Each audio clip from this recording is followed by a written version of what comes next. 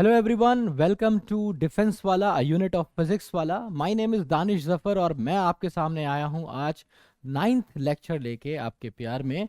और ninth lecture है हमारा नाउन्स पार्ट 1। तो अभी तक मैंने आपको क्या क्या पढ़ाया है, जो बच्चे आज ही जुड़े हैं मेरे साथ जिन्होंने पुरानी वीडियोस नहीं देखी, तो याद रखिए एक एक वीडियो एक एक लाख की है। बहुत कुछ मैंने आपको सिखाया।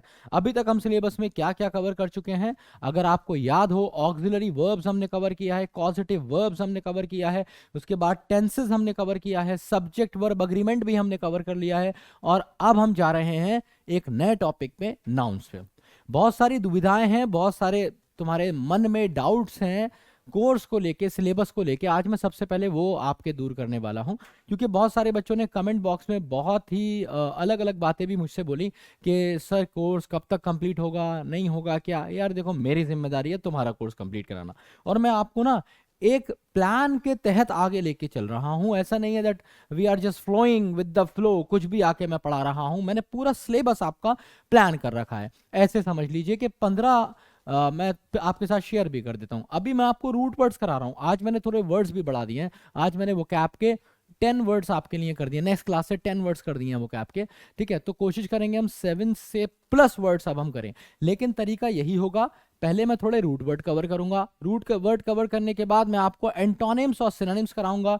इसके साथ साथ ईडियम फ्रेजेस भी आपके होते रहेंगे। तो मैंने पूरा प्लान कर रखा है। देखो, रूट वर्ड करने का एक बहुत बड़ा रीजन है कि अगर आप रूट वर्ड कर लेते हैं ना, तो आपका जो एंटोनिम सिनोनिम वाली चीजें होती हैं वो बड़ी आसान हो जाती हैं, क्योंकि रूट वर्ड से ही आपको बहुत सारे वर्ड याद हो जाते हैं। जब मैं आपको सिनोनिम एंटोनिम्स कराऊंगा तब आप इन चीजों को बेहतर समझ पाएंगे। ठीक है, तो वो कैप की चिंता मत करिए, हम हर दिन वर्ड कर रहे हैं। इसके अलावा कुछ स्पेसिफिक सेशंस भी मैं वोकैबुलरी पे ले लूंगा। लेकिन पहले मेरा टारगेट क्या है? पहले मेरा टारगेट है आपका जो मेन सिलेबस है, मतलब ग्रामर और रीडिंग वाला पोर्शन, वो कंप्लीट करना। 15 अक्टूबर के बाद से कुछ क्लासेस मैं आपके लिए लेके आऊंगा जहां मैं आपको PQRS क्वेश्चंस करना सिखाऊंगा, है ना। जो आपके यहाँ आते हैं ना, सेंटेंस अरेंजमेंट जिसे आप बोलते हैं, तो सेंटेंस रीअरेंजमेंट या सेंटेंस अरेंजमेंट, या फिर आप उसको पैराजंबल भी बोल सकते हैं। ठीक है, ये सारे क्वेश्चंस मैं आपको 15 तारीख के बाद से कराना शुरू करूंगा। 15 तारीख तक मैं आपकी वोकैब और ग्रामर पे वर्क कराऊंगा, ताकि आप मतलब लैंग्वेज के साथ फेमिलियर हो जाएं, बेहतर चीजें आपको समझ में आए। क्योंकि कभी कभी क्या होता है ना, ये सेंटेंस अरेंजमेंट और ये थोड़े से डिफिकल्ट हो जाते हैं, तो हमें दिक्कत हो जाती है। तो अभी हम जा रहे हैं नाउन्स पे। नाउन्स पढ़ेंगे, प्रोनाउंस पढ़ेंगे, एडजेक्टिव और आर्टिकल। एडजेक्टिव आर्टिकल खत्म करने के बाद 15 तारीख तक ये मेरे 100% हो जाएंगे, और इसके बाद हम शुरू करेंगे आपका रीडिंग कॉम्प्रिहेंशन वाला पोर्शन। आपका मतलब इंटेंस हो जाएंगी क्लासेस, और टेढ़े मेढ़े टेस्ट हर हर हफ्ते में आपके साथ एक यहीं पे टेस्ट भी किया करूंगा, और भी बहुत सारी चीजें। 3 टेस्ट आपको ऑलरेडी मिली गए हैं, चौथा आपको मिलने वाला होगा। ठीक है, तो टेस्ट और भी मैं बना रहा हूं लगातार आपके प्यार में। बस आप लगे रहिए और पढ़ते रहिए। ठीक है, एक भी वीडियो नहीं छोड़िएगा, और वीडियो को शुरू से लेकर आखिर तक देखिए। हर पेज पे आपको कॉन्सेप्ट मिलने वाले हैं, हर तरह के क्वेश्चंस मैं आपके साथ डिस्कस करने वाला हूं। ठीक है, तो अब हम चल रहे हैं अपने अगले ट्यूटोरियल पे, और मैं बात करता हूं नाउन्स पार्ट 1 की। पर जैसा कि मैंने तुमसे वादा किया कि मैं हर क्लास में मेरे भाई तुम्हें वोकैब जरूर कराऊंगा, तो अब हम शुरू कर रहे हैं सबसे पहले भाई वोकैब। याद होगा तुम्हें कि हम कर रहे थे फोबियाज। फोबियाज हमने कंप्लीट करे, उसके बाद हम आए क्रेसी पे। ये सबसे ज्यादा पूछे जाने वाले, कह सकते हो, सफिक्सेस हैं। सफिक्स का क्या मतलब होता है? जो बाद में लगते हैं। और जो बच्चा मेरे साथ जुड़ा हुआ है वो बहुत अच्छे से जानता है। क्या जानता है? दो चीजें जानता है। दो चीजें जानता है। पहली चीज तो वो ये जानता है कि जहां भी वर्ड आ जाता है क्रेसी, तो क्रेसी का मतलब क्या होता है? लॉ या फिर गवर्नमेंट, शासन। ठीक है, लॉ, गवर्नमेंट, सेशन। तो देखिए, ये वन वर्ड सब्स्टिट्यूशन में भी आते हैं। तो एक टाइम में आप दो चीजें कर रहे हैं, एक तो वन वर्ड सब्स्टिट्यूशन भी सीख रहे हैं, और साथ ही साथ रूट वर्ड्स भी सीख रहे हैं। इसलिए भाई इसको बहुत सीरियसली लीजिएगा। हर वर्ड के पीछे एक कहानी, कहानी तुम्हारी तो वर्ड तुम्हारा। इसमें क्या आया? डुलो। डुलो का उल्टा करोगे क्या बनेगा? लूडो, है ना। डुलो से लूडो भी बन सकता है। तो एक ऐसा आदमी जिसका तुम लूडो बना दो, मतलब इससे तुम इतना काम करा रहे हो सुबह शाम, सुबह शाम, कि भाई थोड़ी देर धूप में खड़ा हो जा, देखूं तू कैसा लग रहा है। ये एक काम कर, खाली है, ये जो स्टेयर्स हैं इनके 10 चक्कर लगा के आ। तो ऐसे फालतू के काम तुम किसको दे सकते हो? उसी को दे सकते हो जो कौन हो, तुम्हारा गुलाम हो। भाई और तो कोई करेगा नहीं दुनिया में, नौकर भी नहीं करेगा। There is a difference between employ and slave, there is a difference between servant and slave. Slave वो होता है उससे कुछ भी करा सकते हैं। तो डेमोक्रेसी का क्या मतलब होता है कि गुलामों की सरकार आ जाए। गुलाम वंश याद है ना तुम्हें? तो गवर्नमेंट बाय स्लेव्स। कैसे याद रखोगे इसका? तुम लूडो बना देते हो बेचारे का। अगला क्या है? आर्गेटोक्रेसी। अब ये तुम्हें पता होगा, ये मैंने तुम्हें मोस्ट प्रोबेबली फोबियाज में भी कराया था। अर्ग वर्क, अर्ग वर्क, तो अर्ग यूनिट जो होता है ना किसका? वर्क का, वो भी तुम्हें पता है अर्ग होता है। तो अर्ग को कैसे याद रखोगे? वर्क। तो गवर्नमेंट बाय वर्कर्स। तो अगर वर्कर्स, तो गुलाम में और वर्कर में फर्क होता है। तो अगर वर्कर्स की सरकार आ जाती है तो हम उसे आर्गेटोक्रेसी बोलते हैं। अगला वर्ड है हाइरोक्रेसी। अब देखो हाइरो कैसे याद रखोगे? हाइरो हीरो जैसा लग रहा है। आज के टाइम में सबसे महान, सबसे बड़े, सबसे पावरफुल हीरोज कौन है? ये एक बड़ा सवाल है और सोचने वाला सवाल है।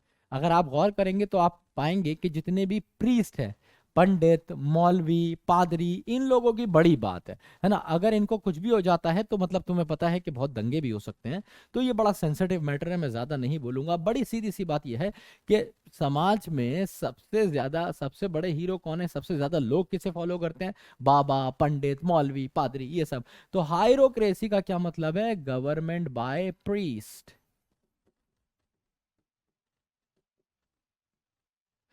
ठीक है, गवर्नमेंट बाय प्रीस्ट। किसकी सरकार आ गई दोस्त?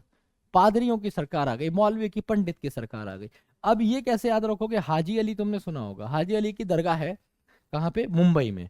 ठीक है, तो ये कौन थे? ये प्रीस्ट नहीं थे, ये संत या महात्मा थे। संत महात्मा कौन होता है? जो सबको अपनाता है। ठीक है, जैसे आप कह सकते हैं साईं बाबा, भाई संत थे, महात्मा थे, उनका ये नहीं था कि भाई यही धर्म है, इसे ही फॉलो करो, यही करना है। The same happens with people like Nizamuddin, या ये जितने भी लोग थे, सूफी सेंट्स इन्हें बोला जाता था। तो ये कौन थे? संत थे।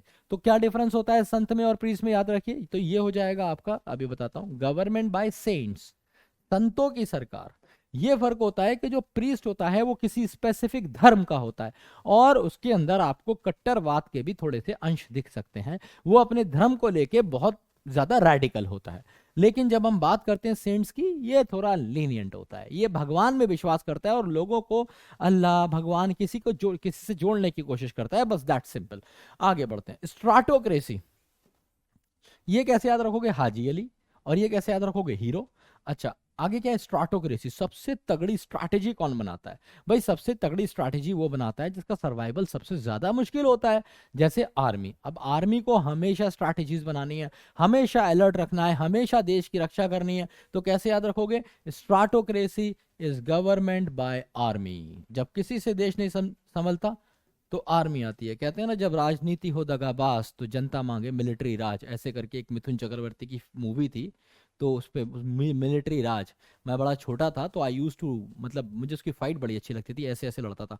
अब लगता है कि यार ये तो स्टुपिडिटी करता था, उड़ उड़ के मारता था। अगर तुमने नहीं देखी है ना तो 5 मिनट कभी देख लेना जब खाली हो। मिथुन चक्रवर्ती की फाइट बहुत कर रही होती है, तुम कहोगे अरे भाई साहब, सब जैकी चेन वेन सब फेल उसके आगे। एक बार देख लेना। तो कैसे याद रखोगे? स्ट्राटोक्रेसी, गवर्नमेंट बाय आर्मी।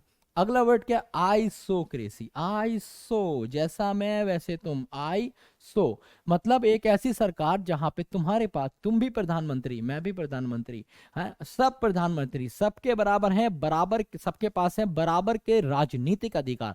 तो एक ऐसी सरकार जहां पे सबके पास हो बराबर के राजनीतिक अधिकार, उसे हम कहते हैं आइसोक्रेसी। तो आप कह सकते हो government where everyone has equal political rights।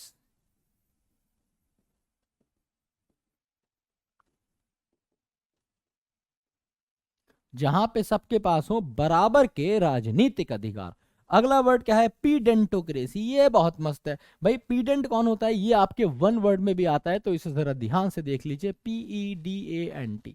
पीडेंट कौन होता है? पीडेंट एक ऐसा आदमी होता है स्ट्रिक्ट है, या कैसा वाला स्ट्रिक्ट? डिसिप्लिन। मतलब तुमने वो मूवी देखी होगी मोहब्बतें, उसमें शाहरुख खान को वो अमिताभ बच्चन वॉज अ पीडेंट। है ना, मेरे कॉलेज में ये नहीं होगा, हम कभी होली नहीं मनाते हैं, ठीक है, लड़कियों से दूर रहो, ये करो वो करो। क्या हुआ, अपनी लड़की भाग गई शाहरुख खान के साथ, है ना। तो ये कौन होता है, ये भाई ये पीडेंट होता है। तो पीडेंट का मतलब क्या होता है, एक ऐसा आदमी जो फॉलो करता हो स्ट्रिक्ट रूल, डिसिप्लिन रहता हो एकदम, ठीक है। तो गवर्नमेंट बाय पीडेंट्स हो जाएगा ये। अमिताभ बच्चन, मोहब्बतों वाला, उस जैसे लोग। समझ में आया तो मुझे जरूर बताइएगा, लर्न करते रहिएगा वो क्या। अब हम बढ़ते हैं आज के नए टॉपिक पे जिसका नाम है नाउन्स। तो आज भाई तुम सीखने जाओगे नाउन्स। कमर कस लो, है ना, पेन और नोटबुक उठा लो, एक लंबी सांस ले लो। लंबी सांस का ना बड़ा महत्व है, लंबी सांस लेते हो दिमाग में ऑक्सीजन जाती है, दिमाग खुलता है, ठीक है। तो एक लंबी सांस ले लो। We are going to start the new topic in 10 seconds, ठीक है, 10 सेकंड में स्टार्ट करते हैं, ठीक है। Just get prepare for it. एक बार जरा सोच के देखिए, व्हाट आर नाउन्स। मुझे आपसे इस सवाल का जवाब चाहिए कि नाउन्स होते क्या हैं, जल्दी से।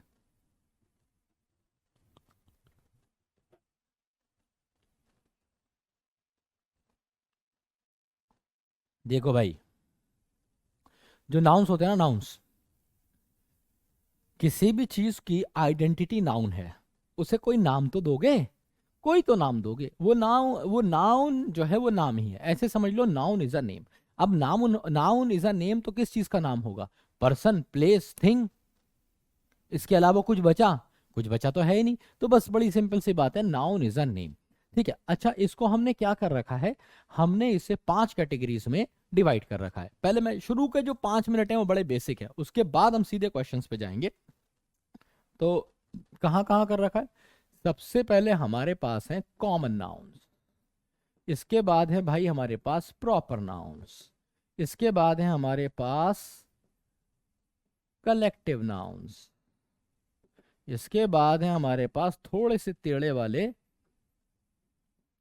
एब्स्ट्रैक्ट नाउन्स, और लास्ट में हमारे पास आते हैं मेटेरियल नाउन्स। तो एक बार इनको एक एक करके देखते हैं कि भाई इनका क्या मतलब है। सबसे पहले याद रखिए, कॉमन नाउन कौन से होते हैं, जो पूरी कम्युनिटी को रिप्रेजेंट कर देते हैं और उससे हमें पता चल जाता है। मतलब कॉमनली हम किसी का नाम रखते हैं, जैसे मान लो मैंने बोला, हाँ, boy is a common noun, girl is a common noun, building is a common noun, ठीक है, monument is a common noun, कोई भी ऐसा नाउन, या animal is a common noun आप कह सकते हो, ठीक है। तो ये कॉमन होते हैं पूरी कम्युनिटी। मैंने बॉय कहा तो बहुत सारे मिल जाएंगे, तो मैं कॉमन है ये, ठीक है। अब प्रॉपर क्या होगा कि इसी में से अब कॉमन को समझने के लिए अगर आपको प्रॉपर समझ में आ जाएगा, कॉमन एकदम क्लियर हो जाएगा। प्रॉपर नाउन वो होते हैं जब आप किसी का कोई नाम रख देते हैं कि भाई इतने सारे बॉय हैं तो मैं किसको क्या कहूं। तो मैंने एक नाम दे दिया शिवम या फिर रवि, तो रवि क्या हो गया, रवि कॉमन नाउन हो गया। या फिर मैंने बोल दिया निशा, ये क्या हो गया, कॉमन नाउन की जगह प्रॉपर नाउन हो गया। अब ये प्रॉपर बन गए, दोनों रवि और निशा प्रॉपर बन गए। बिल्डिंग कॉमन नाउन था, मैंने बोल दिया बुर्ज खलीफा। मुझे पता है खलीफा सुनते ही तुम्हारे दिमाग में क्या आता है, पढ़ लो। हाँ, तो रवि, निशा, बुर्ज खलीफा, ये भी क्या है, it's a name of a building. Animal, animal कोई भी तुमने एनिमल जैसे तुमने लिख दिया भाई टाइगर लिख दिया, या तुम्हारे पास जैसे मेरे पास I have a dog, her name is Alice, तो मैंने लिख दिया मान लो एलिस, ठीक है। तो एलिस क्या है, प्रॉपर नाउन है मेरा लैब्राडोर रिट्रीवर का, ठीक है भाई। अब हम आगे बढ़ते हैं और अगला क्या है, कलेक्टिव नाउन्स। अब कलेक्टिव नाउन्स कौन से होते हैं, कलेक्टिव नाउन वो होते हैं, हमारे पास बहुत सारे थे, हमें समझ में नहीं आ रहा था यार हैंडल कैसे करना है, तो हमने इन सब का एक ग्रुप बना दिया और हमने इसको ग्रुप बोल दिया। जैसे फॉर एग्जाम्पल तुम्हारी क्लास, तो अब इतने सारे बच्चे इसमें पढ़ रहे हैं, मैं रोजाना तुम्हारे कमेंट पढ़ता हूँ ना, तो इतने सारे बच्चे पढ़ रहे हैं, तो वो सब किस में आ जाएंगे, कलेक्टिव नाउन्स में आ जाएंगे। तो क्लास क्या हो गया, कलेक्टिव नाउन हो गया। आर्मी में इतने सारे सोल्जर हैं, हमारे पास बहुत सारे सोल्जर थे, हमने उनके उनके जो ग्रुप था उसको नाम दे दिया बटालियन, या आर्मी, नेवी, मिलिट्री, ऐसे नाम दे दिया, कॉमन नाउन हो गए। या बंच, ग्रुप, टीम, है ना, बहुत सारे होंगे इसमें, एक में बहुत सारे होंगे, ये सिंगुलर है पर इसके अंदर बहुत सारे हैं, ये ग्रुप होते हैं बेसिकली, ग्रुप्स। अच्छा भाई, एब्स्ट्रैक्ट नाउन मजेदार है। एब्स्ट्रैक्ट नाउन वो होते हैं जिनको खा नहीं सकते, सूंघ नहीं सकते, देख नहीं सकते, सिर्फ महसूस कर सकते हैं। ये 3 तरीके से होते हैं हमारे पास। सबसे पहले तो जितने भी फिनोमिना होते हैं वो सारे एब्स्ट्रैक्ट नाउन में आते हैं। दूसरे नंबर पे जितनी स्टेजेस ऑफ लाइफ होती हैं वो भी इसी में आती हैं। तीसरे नंबर पे जो तुम्हारे इमोशंस होते हैं, फीलिंग्स या इमोशंस, वो भी इसी में आती हैं। एक बार जरा देखते हैं भाई गहराई से। जैसे कि फेनोमेना कौन कौन से हो सकते हैं तुम्हारे पास, तुमने पढ़ा होगा हीट, मैग्नेटिज्म, ठीक है, या फोटोसिंथेसिस। तो ये सारे के सारे मेरे दोस्त क्या हैं, ये सारे के सारे हैं कौन से, एब्स्ट्रैक्ट नाउन है। किसी भी फिनोमिना का नाम है वो एब्स्ट्रैक्ट नाउन है। अच्छा जी, अब स्टेजेस ऑफ लाइफ, जैसे तुमने सुना होगा प्यूबर्टी। प्यूबर्टी का क्या मतलब होता है, ये वो वाली एज होती है कि जब तुम्हारी बॉडी के अंदर फिजिकल चेंजेस आ रहे होते हैं और तुम्हें पता चल रहा होता है भाई मैं बड़ा हो रहा हूं, दैट इज कॉल्ड प्यूबर्टी। तो प्यूबर्टी कह सकते हो आप, या फिर मदरहुड, यूथ, यूथ मतलब जवानी, ठीक है, या तुमने कहा बॉयहुड। ये दोस्त मेरे सारे के सारे, खास तौर से इसमें हुड लग जाए, वो सारे के सारे नाउन्स होते हैं कौन से वाले, एब्स्ट्रैक्ट नाउन। दूसरी चीज, इमोशन और फीलिंग्स कौन से होते हैं, इमोशन फीलिंग जितने भी तुम्हारे पास हैं भाई, विश, डिजायर, लव, वांट, ये सारे के सारे कौन से नाउन हैं, ये सारे के सारे भी हमारे पास हैं एब्स्ट्रैक्ट नाउन। इसके बाद हमारे पास आते हैं मटेरियल नाउन। भाई मटेरियल नाउन कौन से होते हैं, मटेरियल नाउन वो वाले होते हैं, इन सब को छोड़ के जो बचा, जिसका इस्तेमाल तुम करते हो अपनी डेली लाइफ में, जिससे तुम क्या करते हो, जिससे तुम मकान बनाते हो या गाड़ी बनाते हो, कुछ भी बनाते हो, या इसका इस्तेमाल करते हो अपना जीवन चलाने के लिए, वो कहलाते हैं मटेरियल नाउन। जैसे क्या क्या मटेरियल है तुम्हारे पास प्लास्टिक भी है, तुम्हारे पास वुड भी है, तुम्हारे पास मेटल्स हैं, तुम्हारे पास नॉन मेटल्स हैं, सीमेंट है, ये सारे के सारे तुम्हारे आ जाते हैं दोस्त किसमें, मटेरियल नाउन में। तो उम्मीद है ये तुम्हें एकदम खटाक से समझ आया होगा। क्वेश्चंस अभी आगे आएंगे, पहले कुछ दो बहुत ही मेन कॉन्सेप्ट हैं वो मैं समझाऊंगा और फिर हम क्वेश्चंस पे आगे बढ़ेंगे। तो भाई अब बढ़ते हैं आगे और हाँ हाँ, और बात करते हैं कि इन्हीं नाउन्स को हमने फर्दर क्लासिफाई कर दिया। ये तो 1 2 3 4 5 5 पार्ट हो गए, इन्हीं 5 को हमने फर्दर डिवाइड किया है दो पार्ट में। एक को हमने माना है काउंट नाउन्स। काउंट नाउन्स कौन से होते हैं दोस्त, काउंट नाउन्स वो होते हैं जिनको आप गिन सकते हैं। अभी समझाता हूं, एकदम क्लियर हो जाएगा। दूसरे वाले होते हैं नॉन काउंट नाउन्स। तो मान लीजिए मैंने आपको कुछ मटेरियल दिया, मैंने आपको कुछ भी मटेरियल दिया, लाइक मैंने आपको राइस दिया, मैंने आपको कुछ वीट दिया, ठीक है, मैंने आपको कुछ बुक्स दी, इसके साथ मैंने आपको कुछ चेयर्स भी दी, ठीक है, थोड़ा पानी दे दिया, ठीक है, एक आपकी गर्लफ्रेंड बनवा दी, ठीक है, गर्ल, ठीक है, एक आपका बॉयफ्रेंड बनवा दिया, एक बॉय दे दिया, ठीक है, इसके अलावा थोड़ी सी मैंने तुम्हें चीनी दे दी, दोनों मिलके खाओ। तो भाई अगर ये सारी चीजें हैं और मैं तुमसे कहूँ देखो भाई मैंने तुम्हें ये सब दिया है, अब तुम मुझे बताओ कि कितना कितना क्या है। तो इसमें से कुछ चीजें तो ऐसी हैं जिनको तुम काउंट कर लोगे, तुम मुझे बता दोगे हाँ सर 3 मेरी फ्रेंड्स हैं, फीमेल फ्रेंड्स, सर मेरे 3 मेल फ्रेंड्स हैं, ठीक है। तो आपने क्या बताया, इन्हें 3 बताया, एक नंबर दिया, इन्हें भी क्या दिया, एक नंबर दिया। क्या तुम मुझसे ये कहोगे हाँ सर आपने मुझे 25 चीनी भी दी है, कभी ऐसे बोलते हो, कभी दुकान पर जाके तुमने बोला भाई साहब जरा 2 दूध दे दो, भाई हो ही नहीं सकता। या तो बोलोगे 2 पैकेट दे दो दूध के, या बोलोगे 2 लीटर दूध दे दो, ठीक है। तुम कभी ये नहीं बोल सकते कि 2 दूध दे दो, क्योंकि हम उसे काउंट ही नहीं कर सकते। ऐसी तुम चीनी के लिए नहीं कह सकते सर आपने मुझे 25 चीनी दी थी, ये पॉसिबल नहीं है। तो इसके लिए आपको हमेशा यूनिट चाहिए होगा, ठीक है। ऐसी वाटर के लिए गैलन होता है, लीटर होता है, हमेशा यूनिट होता है, ठीक है। बुक्स के लिए क्या होता है, बुक्स के लिए नंबर होता है, हाँ, अगर रद्दी में बेच रहे हो तो अलग बात है, तब तो किलो में चली जाती है, नहीं तो आप नंबर होता है। वीट, कभी तुम कहते हो इस साल तो 5 बिलियन वीट हुआ है ना, तुम हमेशा क्या करते हो, किलो में, क्वांटल में उसे देखते हो, मतलब इसका भी यूनिट होता है, और कुछ इसी तरीके से राइस का भी यूनिट होता है। तो इसलिए हमें क्या करना पड़ा, जितने भी यूनिट वाले थे उन सबको हमने नॉन काउंट में लिखा, और हमने इन्हें माना कि दोस्त मेरे ये है मेजरेबल, आप इन्हें हमेशा मेजर करते हैं, और इनको हमेशा क्या करते हैं, ये है काउंटेबल, इसलिए आप इन्हें काउंटेबल नाउन भी बोल सकते हैं। ठीक है दोस्त, उम्मीद है कहानी आई होगी समझ। हम्म। अब हम आगे बढ़ते हैं, और मैं तुम्हें एक मजेदार चीज दिखाता हूं, इनका पूरा डिटेल बाइफरकेशन दिखाता हूं कि कैसे हमने इसको अलग अलग डिवाइड किया है और कैसे ये यूज होता है।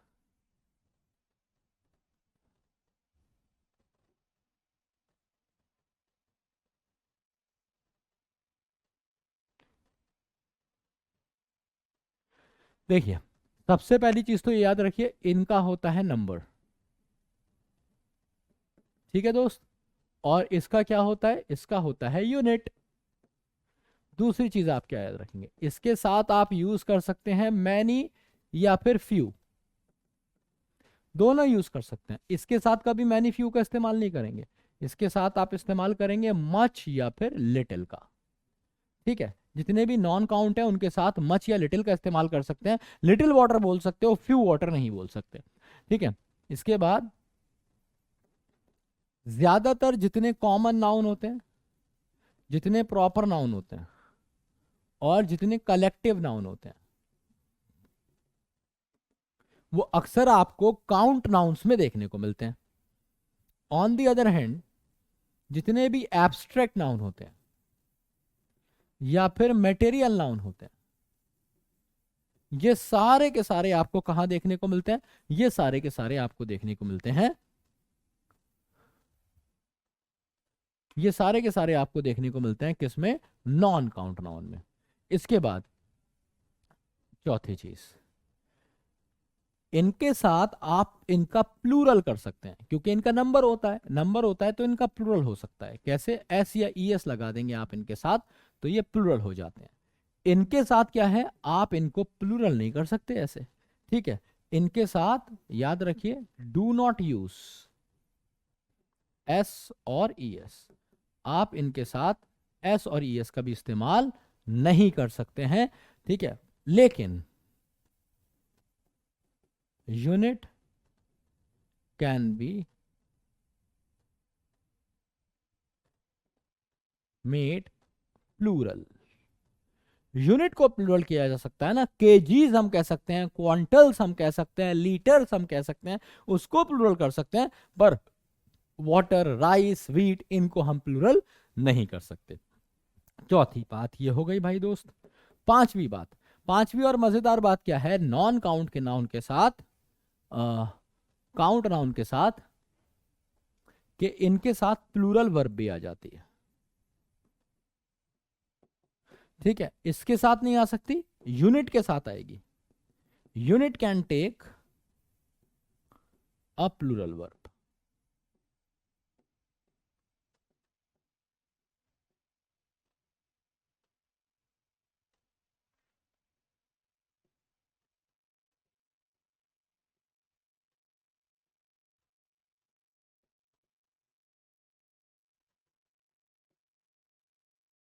चलो भाई, तो ये 5 बातें आप याद रखेंगे, ये आपको आगे बहुत हेल्प करेंगी। कुछ एग्जाम्पल्स दे देता हूं जिससे आप कंफ्यूज हो जाएंगे, कंफ्यूज हो सकते हैं, ध्यान रखिएगा। ठीक है, जैसे कुछ नाउन्स ऐसे होते हैं जो देखने में आपको लगेगा ये तो मैं काउंट करता हूं, पर वो काउंटेबल नहीं होते दोस्त। जैसे फर्नीचर, कभी आप नहीं कहते कि यहाँ पे 25 फर्नीचर पड़ा है, आप कहते हैं 25 चेयर पड़ी है, आप कहते हैं 12 टेबल्स हैं, आप कहते हैं 13 स्टूल्स हैं, बट आप कभी ये नहीं कह सकते, पर आप कभी ये नहीं कह सकते कि भाई मेरे पास 500 फर्नीचर है, ये पॉसिबल नहीं है। तो फर्नीचर, एडवाइस,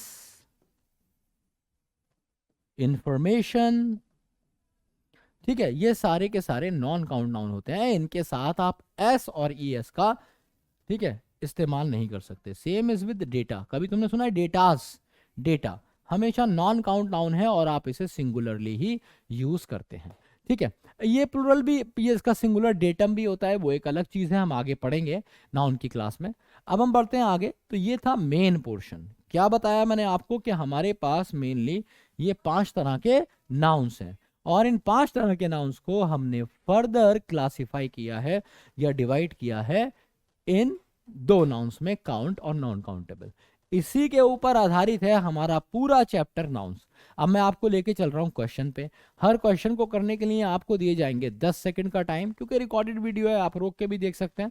ठीक है, तो 10 सेकंड का टाइम है। पहला क्वेश्चन ये रहा आपके प्यार में, जल्दी से चीते की फुर्ती के साथ आंसर बताइए। ठीक है, क्वेश्चन नंबर 1।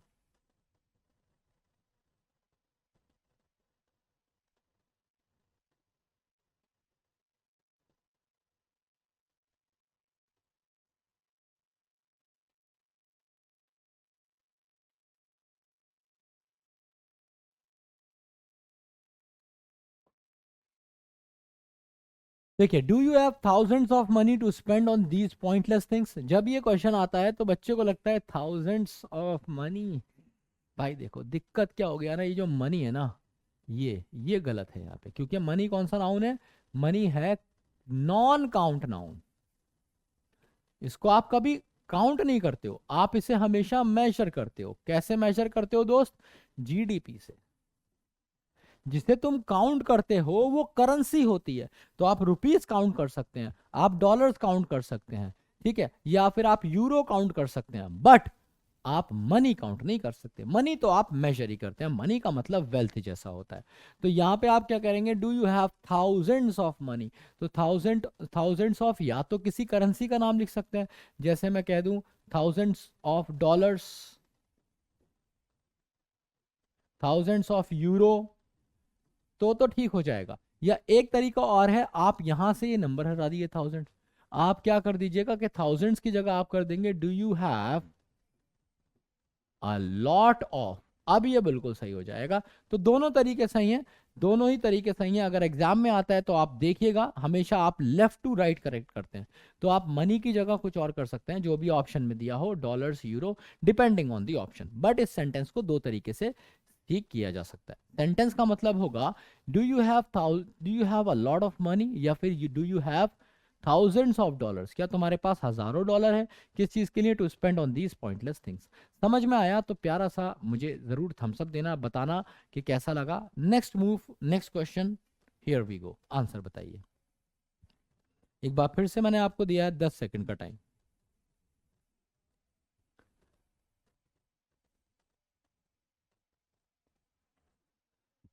देखिए, much detailed explanation was given regarding the little stars. अब भाई स्टार्स से कभी कंफ्यूज मत होना, ये हमेशा मेरे दोस्त काउंट नाउन है। ठीक है, तभी तो इसके साथ SEIS लगा है। कभी तुमने पूछा, आज मैं पूछूं भाई आसमान पे कितने तारे थे, तुमने कहा सर आज तो 6 क्विंटल तारे लग रहे थे मुझे आसमान पे। भाई ऐसा थोड़ी है, आप हमेशा उसे काउंट करते हैं। तो आप क्या कहेंगे? Thousands of star, billions of star, billions of stars. तो लिटिल यूज नहीं हो सकता, अभी मैंने पीछे बताया। तो लिटिल की जगह क्या क्या यूज करेंगे आप? Much detailed explanation was giving regarding the little नहीं, regarding the few stars of our galaxy. तो आप फ्यू बोल सकते हैं पर लिटिल नहीं बोल सकते। समझ में आया तो जरूर बताइएगा, डाउट है तो जरूर पूछिएगा। अगला क्वेश्चन ये वाला रहा, we have ordered furnitures for the upcoming events. एक बात और याद रखिएगा, आपको बिल्कुल भी सेशन को लेके परेशान नहीं होना है, क्योंकि मैं आपको हर एक चीज पढ़ाऊंगा। बस आप कमेंट बॉक्स में मुझे बताते रहिएगा अगर कोई भी आपको डाउट है। मैं शाम में आपके सारे कमेंट्स देखता हूँ, वीडियो खत्म होने के बाद जितने भी देख सकता हूँ। तो शुरू के 50 कमेंट तो देख ही लेता हूँ। चलो अब जल्दी से आंसर बताइए मुझे, क्वेश्चन नंबर 3।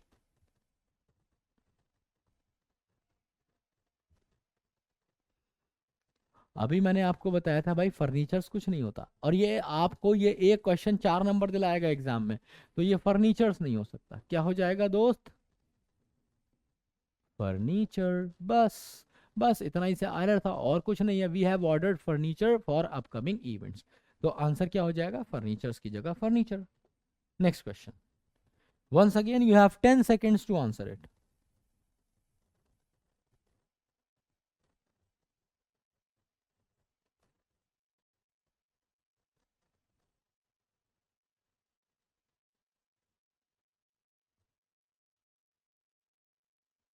हाँ भाई, ये क्या कह रहा है, he she gave me two advices and each of them was beneficial for me. अब सवाल ये है कि एडवाइस तो नॉन काउंट होता है, और अगर एडवाइस नॉन काउंट डाउन होता है तो सर दो एडवाइस अगर कोई देगा तो मैं क्या करूंगा? तो दो एडवाइस नहीं कह सकते आप, मैंने कहा था ना जितने भी नॉन काउंट डाउन होते हैं उन्हें प्लुरल नहीं कर सकते, उनका यूनिट को प्लुरल कर सकते हो। अब सोचो जरा, दिमाग लगाओ, एडवाइस का यूनिट क्या हो सकता है? एडवाइस को हम कह सकते हैं पीसेज ऑफ एडवाइस। ठीक है, सेम इंफॉर्मेशन के साथ कह सकते हैं हम, क्या bits of information, pieces of information भी कह सकते हैं। ठीक है, ऐसे ही हम फर्नीचर के साथ भी यूज कर सकते हैं, पीसेज ऑफ फर्नीचर। तो जो पिछला वाला क्वेश्चन था ना, ये वाला, इस पे आप ये भी कह सकते हैं, we have ordered pieces of furniture.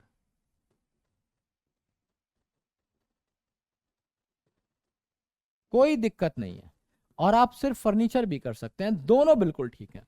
पर इस क्वेश्चन में क्योंकि उसने टू बोल दिया, तो आपको कहना पड़ेगा she gave me to pieces of advice and each of them was beneficial. तो आंसर क्या हो जाएगा यहाँ पे, एडवाइसेस की जगह एडवाइस। समझ में आया तो जरूर बताइएगा, डाउट है तो पूछिए। Next question.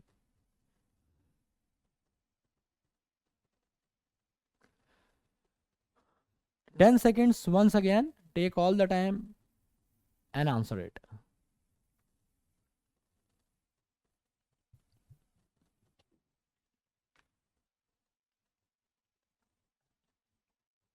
Scissors and pliers are sold here on a good discount. क्या मतलब हुआ? अब देखो भाई, ये एक मजेदार नाउन है। ये कुछ नाउन ऐसे हैं जो देखने में तो, देखो ऐसे रखो, ऐसे याद रखो, एनीथिंग, ये देसी रूल है एकदम, which has two legs and one leg is useless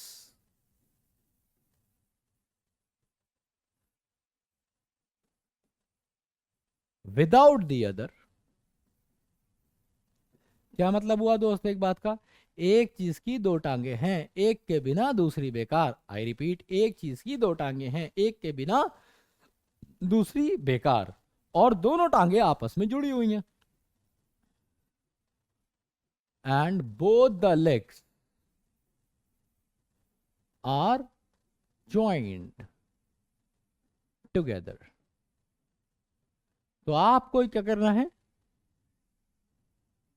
use S या फिर E S with such nouns and a plural verb is used. ये क्वेश्चन आसान था, पर इस पे टेढ़े क्वेश्चन भी आ सकते हैं। देखिए, कौन कौन सी ऐसी कोई भी चीज जिसकी दो टांगे हों, एक के बिना दूसरी बेकार, दोनों टांगे आपस में जुड़ी हुई हों, तो ऐसे के साथ हम एस और एस का इस्तेमाल करेंगे और हमेशा प्लूरल वर्ब यूज करेंगे। जैसे सीजर्स, जैसे टोंग्स, जैसे प्लायर्स। ठीक है, ये प्लायर्स क्या है? ये वही है जिसको तुम प्यार से प्लास कहते हो। सही बात तो यह है कि प्लास नाम का कोई वर्ड ही नहीं होता है, वो हमने जुगाड़ करके बना दिया अपना। कौन बोले इतना अच्छा प्लायर्स प्लायर्स, है ना, प्लायर्स, हर कोई लड़की थोड़ी होता है तमीज से बोलेगा। ठीक है, तुम तो जाके बोले भैया प्लास दे दो, ले प्लास। ठीक है, अब हमारे यहाँ मतलब यूपी में तो वो जो दूसरा वाला होता है ना, पतला वाला, उसे कौवा प्लास बोल देते हैं। ओ माय गॉड, ना that was a you know wire tearing pliers, जो प्लायर्स जो होता है, वायर टीयरिंग प्लायर्स। ठीक है, तो इनफैक्ट घर पे मैं भी प्लास बोलने लगा हूँ, क्योंकि अब जो करेक्ट वर्ड है मुझे पता है प्लायर्स है, पर मैं किसी को बोलूंगा प्लायर्स तो ना ही उसे समझ में आएगा कि ज़्यादा अंग्रेज बन रहे हो यार तुम, प्लास होता है हमने तो सुना नहीं। बट आपके एग्जाम में प्लायर्स ही आपको याद रखना है, आगे से प्लायर्स ही बोलना है। तो सीजर्स, टोंग्स, प्लायर्स, हमेशा ट्राउजर्स होता है ना, ट्राउजर नहीं कहना, ट्राउजर्स होता है। पैंट्स, पैंट्स होता है, या फिर trouser pants. Then we have jeans. कभी आपने दुकान पे जाके बोला भाई साहब एक जिन दे दो? नहीं हो सकता भाई, जिन तो अलादीन के चिराग में से निकलता है। हम इसे जीन्स बोलते हैं हमेशा, क्योंकि जीन्स क्या है, दो टांगे, एक के बिना दूसरी बेकार, दोनों आपस में जुड़ी हुई। ठीक है, या फिर स्पेक्टिकल्स, गॉगल्स, शेड्स, हमेशा ग्लासेस, मतलब इन सब का मतलब क्या है, ये अलग अलग तरह के चश्मे हैं। ठीक है, ग्लास गॉगल्स जो स्टाइल के लिए, शेड्स इसलिए कि भाई तुम्हें धूप ना लगे, ग्लासेस इसलिए कि तुम्हारी निगाह ठीक रहे, स्पेक्टिकल्स ऑलमोस्ट ग्लासेस जैसा ही होता है। तो इन सब के साथ आप हमेशा याद रखिए, इन सब की हैं दो टांगे, एक के बिना दूसरी बेकार। सीजर मतलब कैची, टोंग्स मतलब वो चिमटा जिससे मम्मी सुताई लगा देती थी, गुस्से में होती थी तो गरम गरम चिमटे से अगर आप नहीं पिटे हो तो जीवन अधूरा है। अगर मम्मी ने अभी तक नहीं मारा है तो कह देना मम्मी एक चिमटा तो लगा ही दो। ठीक है, अगला क्या है, प्लायर्स। प्लायर्स क्या होते हैं दोस्त, प्लायर्स होता है प्लास, मैं बता चुका हूं, बाकी सारे आपको पता है। तो इन सब के साथ यूज करिए एस और ई एस। ठीक है, बिना एस और ई एस के यूज नहीं होंगे। प्लस प्लूरल वर्ब, हाँ जी, हम हमेशा कैसे कहेंगे, टोंग्स और a weapon of my mother या of Indian mothers.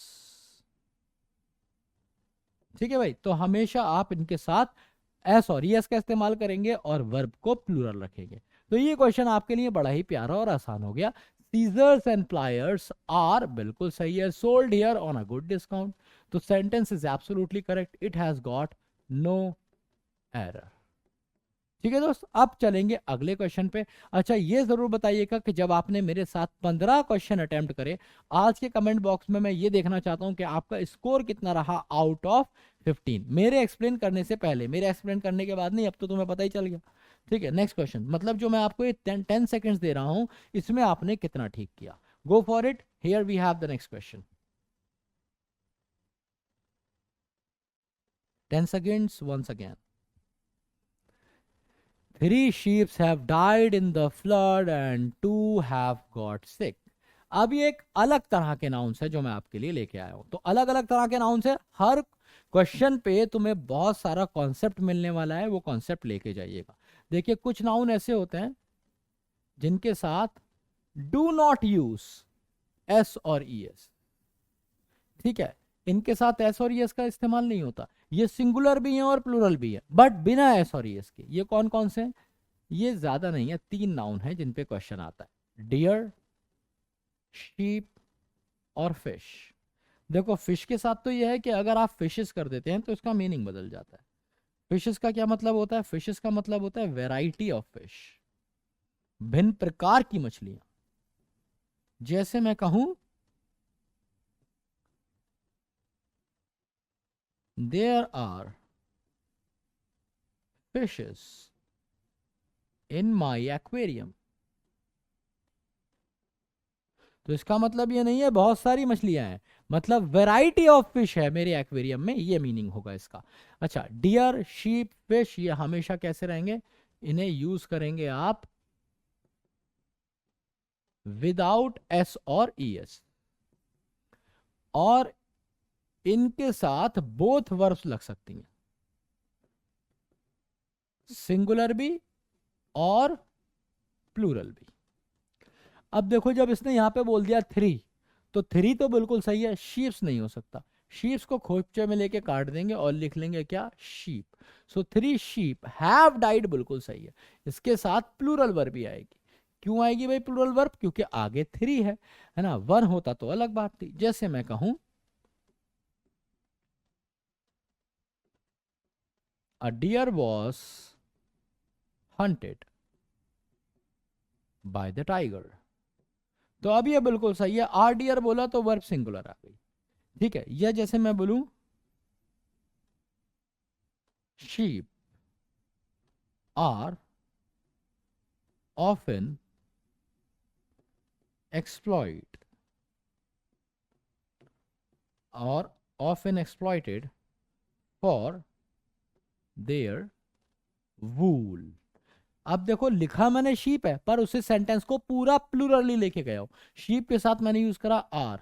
Often exploited, उनका अक्सर शोषण होता है, जबरदस्ती बड़ी करी जाती है, इंजेक्शन दिए जाते हैं, है ना। बाल आए नहीं है और पहले ही उनका ऊन निकाल लिया जाता है। एक्सप्लॉइटेड फॉर देयर वूल, तो देयर क्या हो गया भाई, देयर भी प्लूरल, आर भी प्लूरल, और यहाँ पे शीप भी प्लूरल है। तो बिना एस और एस के ये वर्ड प्लूरल हो जाते हैं, ये बात याद रखिए। उम्मीद है ये क्वेश्चन आपको समझ में आया होगा। आपके डाउट अगर कभी भी आता है तो याद रखिए टाइगर जिंदा है, कोई दिक्कत नहीं है। Let's move on to the next question. अगला क्वेश्चन ये रहा आपके प्यार में, आंसर बताइए बहुत तेज।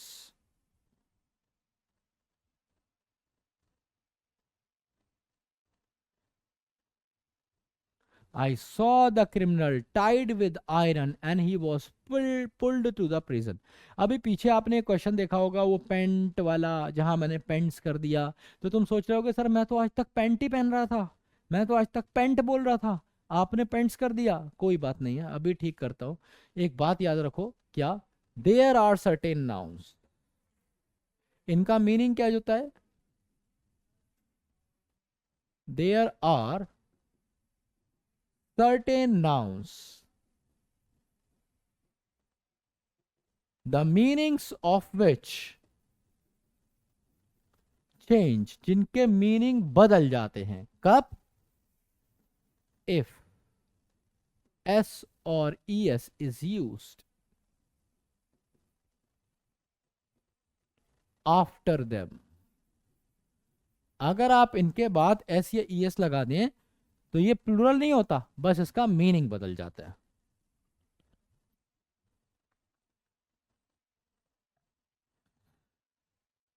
कौन कौन से हैं ये? जैसे हमारे पास है पेन, वो दे रहा हूं जिसपे सबसे ज्यादा क्वेश्चन आते हैं। समन, ऑर्डर, वाटर, या फिर pant, would, would, iron, copper,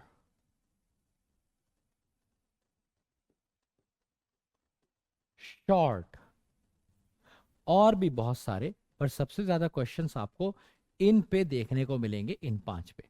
देखिए पेन हम सब जानते हैं, पेन का मतलब क्या होता है? पेन का मतलब होता है पीड़ा, उत्पीड़न, पीड़ा उत्पीड़न, स्ट्रगल। तो ये होता है पीड़ा उत्पीड़न, एगनी बोल सकते हो, ठीक है, या फिर सफरिंग।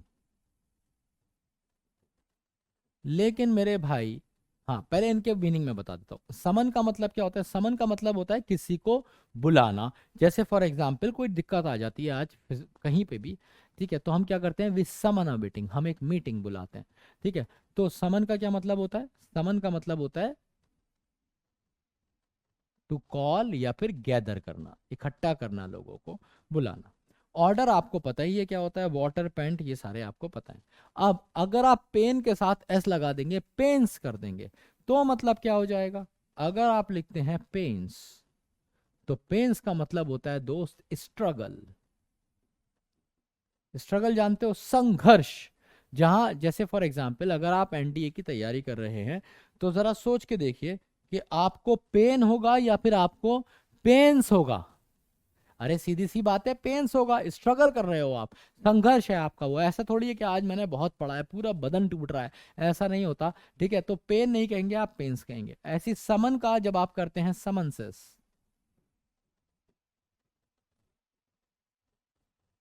समन्स, तो ये वर्ड ही अलग हो जाता है। समन्स का मतलब होता है call from a court of law.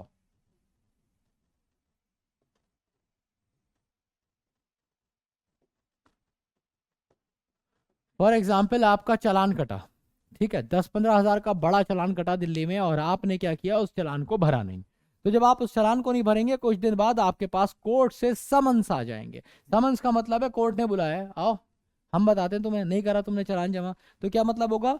तो call from a court of law is called summon. इसका प्लूरल भी हो सकता है, अगर आपके पास 2-3 बार आए हैं, ठीक है, या एक से ज्यादा आए हैं, तो समन्सेस भी कह सकते हैं। मतलब उसका यही होगा, call from a court of law, ठीक है। उम्मीद है ये भी आपको समझ में आया होगा। The same goes for order. Order आपने कोई भी नॉर्मल ऑर्डर दिया, भाई आपने चाय ऑर्डर करी, आपने पिज्जा ऑर्डर किया, या आपने अमेजन से अपने लिए कोई बढ़िया सा फोन ऑर्डर किया, तो ये ऑर्डर होगा। लेकिन अगर ये ऑर्डर है, अगर आप कह रहे हैं ऑर्डर्स, तो इसका मतलब चेंज हो जाता है। इसका मतलब होता है गवर्नमेंट इंस्ट्रक्शंस। है ना, गवर्नमेंट या सरकारी या कहीं भी किसी अथॉरिटी से इंस्ट्रक्शन, फॉर एग्जांपल आप किसी कंपनी में काम करते हैं और वहां से कुछ ऑर्डर्स रिलीज हुए। ऑर्डर्स का मतलब होता है सेट ऑफ इंस्ट्रक्शंस। आपको याद होगा जो मेरी पहली वीडियो है उसमें बहुत सारे स्टूडेंट्स को डाउट भी आया था कि मैंने वहां पे ऑर्डर्स को ठीक क्यों ना करके आगे जाके क्यों ठीक किया है, क्योंकि आप ऑर्डर को भी यूज कर सकते हैं। ऑर्डर आप ये भी कह सकते हैं the government has release the order, तो उसका मतलब होगा एक कि भाई ये वाला ऑर्डर आया। पर जब आप ऑर्डर्स कहते हैं तो उसका मतलब सेट ऑफ इंस्ट्रक्शंस होता है, तो इसलिए जर्नली आप ऑर्डर्स यूज करते हैं। तो वो वाला जो क्वेश्चन था उसमें आप दोनों तरीके से सही कर सकते थे, आप ऑर्डर्स भी कर सकते थे और आगे का प्लूरल रहने देते, लेकिन आप क्योंकि आगे सिंगुलर था इसलिए पहले ऑर्डर ठीक था। ठीक है, तो उस क्वेश्चन को अब आप दोबारा जाके देखेंगे तो आपको क्लियर हो जाएगा। ठीक है, अब बात बनती है वाटर की। वाटर आप सब जानते हैं, पर जैसे ही आप कहते हैं वाटर्स तो इसका मतलब क्या होता है, वाटर बॉडीज, ओशियंस, सी, समुद्र, ये सब इसमें आ जाता है। पैंट गली का बच्चा बच्चा जानता है भाई, पैंट का मतलब वो नहीं होता जो तुम सोचते हो। पैंट का मतलब होता है हापना। हापना कह सकते हो क्या,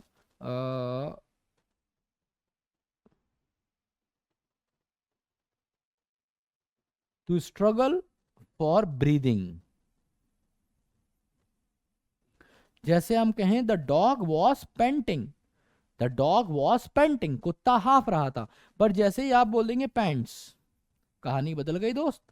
अब इसका मतलब क्या होगा, वो जो पहनने वाली होती है, ठीक है, जो तुम नीचे पहनते हो, जिसे तुम ट्राउजर्स भी कह सकते हो या कुछ भी, जिसमें दो प्लीट्स होती हैं, है ना, वो यूजुअली आज भी आप लोगों के पापा चाचा ताऊ वाऊ अंकल वंकल पहनते होंगे। दो प्लीट्स होती हैं यहाँ पे, ऐसे ऐसे बनी होती हैं, वो यहाँ बन नहीं पा रहा यार, ऐसे करके एक प्लीट होती है, फिर दो प्लीट होती है, एक लाइन जा रही होती है सुंदर सी।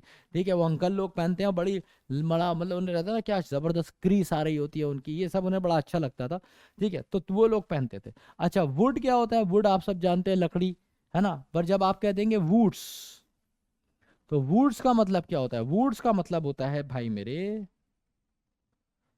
फॉरेस्ट, जंगल। जैसे there are a lot of animals in the woods, woods का मतलब क्या है, जंगल। अगला वर्ड है आयरन। आयरन आप जानते हैं एक तरह का मेटल होता है ना।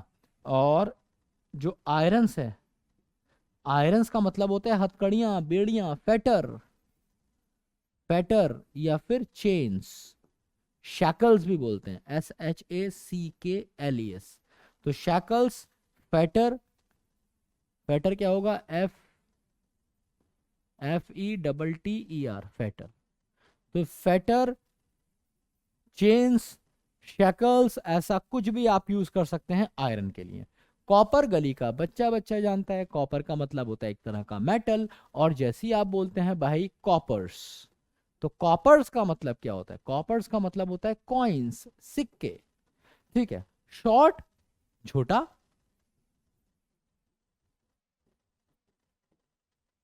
शॉर्ट्स छोटे।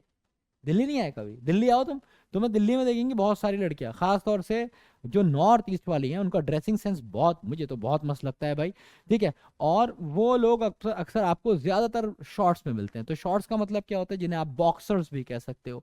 अरे हिंदी में बताऊं तो कच्छा, समझे। अब ये बिल्कुल देसी बच्चे की नहीं है, और जिसको समझ में नहीं आता ज्यादा अंग्रेजी, वो जो हमें नहीं पता था शॉर्ट शॉर्ट, हमने निकलेगा उनसे, तो भाई कच्छे को कहते हैं। ठीक है, बॉक्सर्स भी कहते हैं। ठीक है, शॉर्ट्स, बॉक्सर्स। तो ये था आपका ये वाला क्वेश्चन, और इसका डिटेल्ड एक्सप्लेनेशन इन वर्ड्स को कॉपी करिए, इन्हीं में से एक वर्ड फिसेगा और 4 नंबर देके जाएगा। तो I saw the criminal tied with iron थोड़ी हो जाएगा, है ना, उसके हाथों में बेड़ियां पड़ी थी, हथकड़ियां पड़ी थी, तो आप क्या बोल सकते हैं, आयरन्स बोलेंगे, आयरन्स, आयरन की जगह, और यही होगा आपका आंसर। ठीक है, समझ में आया तो जरूर बताइएगा। Let's move on to the next question. Once again I give you 10 seconds for this one. All the best.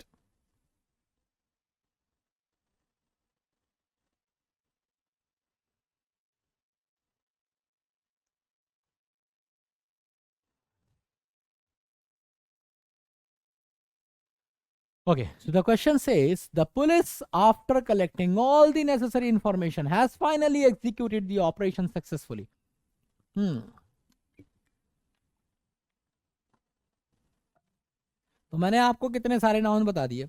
कुछ ऐसे जिनकी दो टांगे, एक के बिना दूसरी बेकार। एक ऐसे जो देखने में सिंगुलर है पर सिंगुलरली भी यूज हो रहा है और प्लूरली भी यूज हो रहा है।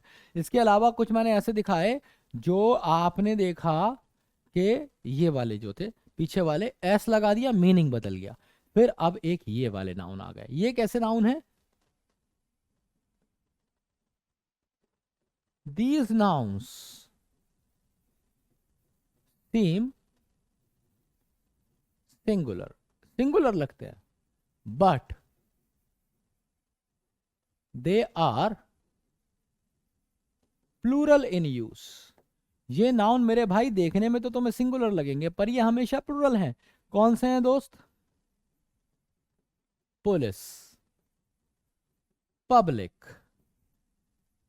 Vermin, cattle, infantry, cavalry, infantry, cavalry, police, public, vermin, cattle, infantry, cavalry, then poultry,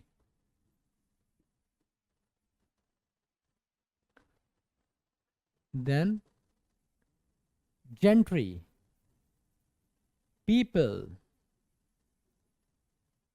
children, oxen, और भी बहुत सारे। ये सारे के सारे क्या हैं भाई? देखने में हमेशा याद रखिए ये प्लूरल है ना। अब इसमें से किसी वर्ड का मीनिंग अगर आपको नहीं पता हो, मैं गैस करके अपने हिसाब से बता देता हूँ।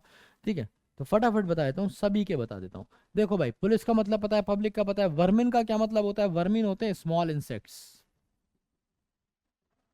ये खेत वगैरह में वर्मी कंपोज नाम से भी जो लोग फार्मर्स हैं उन्हें पता होगा कि वर्मी कंपोज के नाम से एक फर्टिलाइजर भी आता है जिसमें वर्मिन का इस्तेमाल होता है। तो ये छोटे छोटे इंसेक्ट्स होते हैं, ये यूजुअली क्या करते हैं, खेत वगैरह में अक्सर पाए जाते हैं, या तो ये खेत को खा जाते हैं या एज अ फर्टिलाइजर यूज होते हैं। ठीक है, अच्छा अगला क्या है? कैटल। कैटल क्या होते हैं? भेड़, बकरियां, मवेशी जिसे आप बोलते हैं। तो आप कह सकते हैं इसमें क्या आ जाती हैं? गोट्स, काउस, ये सब कैटल में आ जाती है। इन्फेंट्री का क्या मतलब होता है? इन्फेंट्री का मतलब होता है सोल्जर्स ऑन फुट, पैदल सैनिक, सोल्जर्स ऑन फुट। अगला क्या है? कैवलरी। कैवलरी का मतलब होता है दोस्त सोल्जर्स ऑन हॉर्सेस, घुड़सवार सैनिक। अगला क्या है? पोल्ट्री। पोल्ट्री क्या होता है? मुर्गी पालन, नहीं जानते हो? मुर्गी पालन जहां पे चिकन्स को हैच किया जाता है, और जो ब्राउलर चिकन्स होते हैं बेसिकली उनकी बात कर रहा हूँ, और उनको मार्केट में बेचा जाता है। तुमने देखा होगा अक्सर एक एक डब्बे में, मतलब एक एक गाड़ी जा रही होती है, ट्रक या कोई भी छोटी गाड़ी जा रही होती है, वैन टाइप, जिसके अंदर बहुत सारे मुर्गे एक के ऊपर एक, वो मुर्गी मुर्गे में घुसी हुई है, मुर्गा मुर्गी में घुसा हुआ है, किसी का पर नहीं खुल रहा है, किसी की टांगी मुंह पे रखी है। तो ये सब क्या होता है? ये बड़ी इंडिया में यार ये बड़ी गंदी चीज़ है। ठीक है, हम खैर इंसानों के रहने के लिए जगह नहीं है, इतने सारे स्लम्स हैं। ठीक है, वी आर हाईली, मतलब वेरी डेंसली पॉपुलेटेड कंट्री। खैर, खैर come back to the matter. तो वो होता है भाई पोल्ट्री, वो सारे मुर्गे जो ऐसे ऐसे आ रहे होते हैं ना, वो ऐसे ऐसे एक के अंदर एक घुसा हुआ एकदम, वो होते हैं पोल्ट्री फार्म से आते हैं वो। ठीक है, तो इनके साथ भी प्लूरल वर्ब यूज करते हैं। जेंट्री का क्या मतलब होता है? जेंट्री का मतलब होता है एलीट क्लास ऑफ पीपल, है ना, बड़े बड़े लोग, अमीर रईस लोग। जैसे भाई तुमने देखा ना, जैसे ग्रेटर कैलाश कभी तुम दिल्ली में आओ, मॉडल टाउन दिल्ली में आओ, तो बड़े बड़े तुम्हें यहाँ पे बंगले देखने को मिलेंगे। तो वो सब किसके? एलीट क्लास ऑफ पीपल है वो, है ना, जेंट्री है वो। तो अच्छा, पीपल आपको पता है, चिल्ड्रन पता है। ऑक्सन क्या होता है? ये प्लूरल ऑफ ऑक्स होता है। ऑक्स क्या होता है? बैल। तो बैल का प्लूरल ऑक्सिन होता है। ये ऑक्सिन्स अक्सर एग्जाम में आता है, इसलिए मैंने आपको दिया है। तो याद रखिएगा, ये ऑक्सिन्स कुछ नहीं होगा, ऑक्सिन्स को काट दीजिए, सिर्फ ऑक्सिन नहीं रहेगा। और इन सब के साथ आप प्लूरल वर्ब का इस्तेमाल करेंगे, जैसे the police after collecting all the necessary information has, नहीं होगा दोस्त, क्या हो जाएगा? हैव। ठीक है, एक सेंटेंस और दे देता हूं मैं आपके प्यार में। जैसे मैंने कहा, हम्म, the public were in panic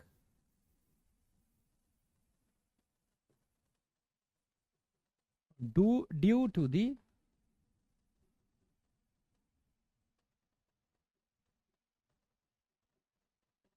earthquake, मान लो कहीं पे भूकंप आ गया तो लोग डर गए हैं, तो ये जब क्वेश्चन एग्जाम में आता है बच्चे को लगता है पब्लिक वर, पब्लिक तो सिंगुलर है, एस और एस तो लगा नहीं है, मैं वॉज लगा देता हूं, बस यही गलती होती है, यही चूम लेती है बर्बादी तुम्हारे कदम। तो तुम्हें क्या करना है, the public were in panic due to earthquake.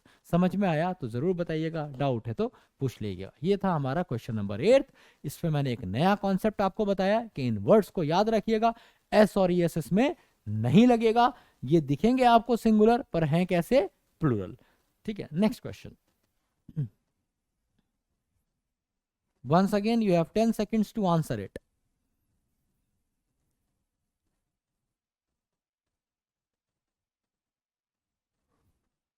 मजेदार क्वेश्चन है ये भी, बहुत ही मजेदार क्वेश्चन। देखिए, हिज मैथमेटिक्स आर एक्सीलेंट। अब दोस्त मेरे यहां आ रहे हैं एक नए तरह के नाउन्स, एक ऐसे नाउन्स यहां पे आपको देखने को मिलेंगे जिसके साथ आपको क्या करना है, एस और यस का इस्तेमाल हमेशा करना है। जैसे मतलब ये क्या होते हैं, there are certain nouns, there are certain nouns with which s और es is used, है ना। यहां पे हमारे पास कुछ नाउन्स ऐसे हैं जिनके साथ s और es का इस्तेमाल आपको करना है, ठीक है। बट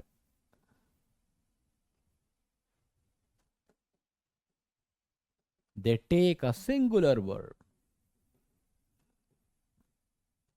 मतलब s और es है, ये वाले नाउन्स जो मैंने पढ़ाए ना, ये वाले नाउन्स जो मैंने पढ़ाए, अब जो मैं पढ़ाने जा रहा हूं ये वाले नाउन्स इसके एग्जैक्टली ऑपोजिट हैं, इसके उल्टे हैं, ठीक है। तो ये कौन कौन से हैं, इन्हें आप 3 तरीके से याद रख सकते हैं,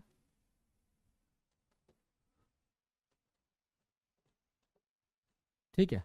तो सबसे पहले वाले कौन से हैं, जो बात करते हैं नेम्स ऑफ सर्टेन सब्जेक्ट्स,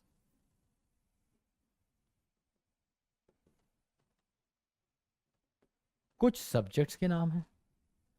दूसरे कौन से हैं, names of certain diseases,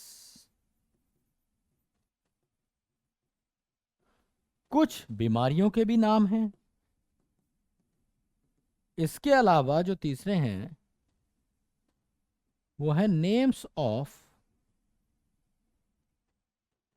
certain sports, कुछ खेलों के भी नाम है, गेम्स या स्पोर्ट्स के नाम है। तो आइए जरा देखते हैं वो कौन कौन से सब्जेक्ट्स के नाम हैं जिनके साथ आपको एस और एस लगाना है। इसमें से बहुत सारे तुम पहले ही जानते हो, ये नहीं जानते तुम। फिजिक्स, सिविक्स, मैथमेटिक्स, है ना, इन सब के साथ आप हमेशा हमेशा एस और एस यूज करते हैं।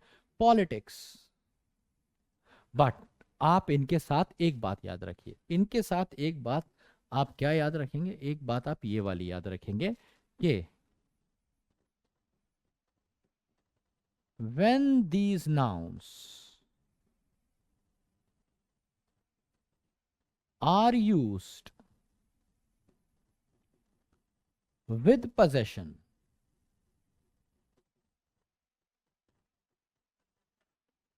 when these nouns are used with possession, जब ये नाउन आप यूज करते हैं कैसे, या तो विद पोजेशन से यूज करते हैं,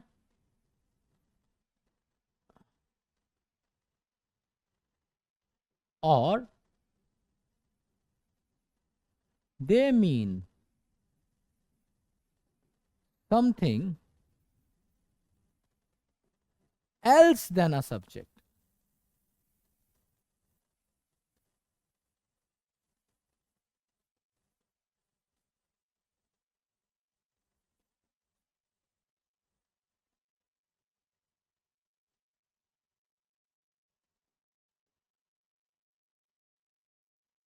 When these nouns are used with possession or they mean something else than subject, जब इनका मतलब सब्जेक्ट के अलावा कुछ और होता है plural verb can be used.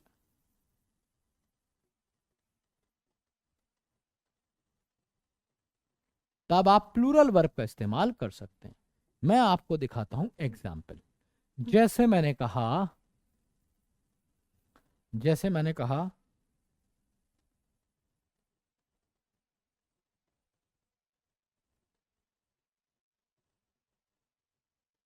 The economics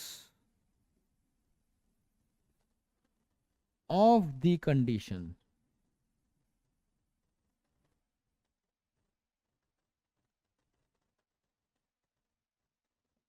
is difficult to understand. अब समझने की कोशिश करिए, यहां पे ये नहीं कह रहा है कि जो इकोनॉमिक सब्जेक्ट होता है ये उसकी बात बिल्कुल नहीं कर रहा। ये कह रहा है the economics of the condition, मतलब उस समय की जो इकोनॉमिक्स है, मतलब कि क्या डिसीजन लेना चाहिए, क्या करना चाहिए, क्या नहीं करना चाहिए। तो यहाँ पे इकोनॉमिक्स का मतलब सब्जेक्ट से नहीं है, और इसलिए आप यहाँ पे इसका इस्तेमाल नहीं कर सकते।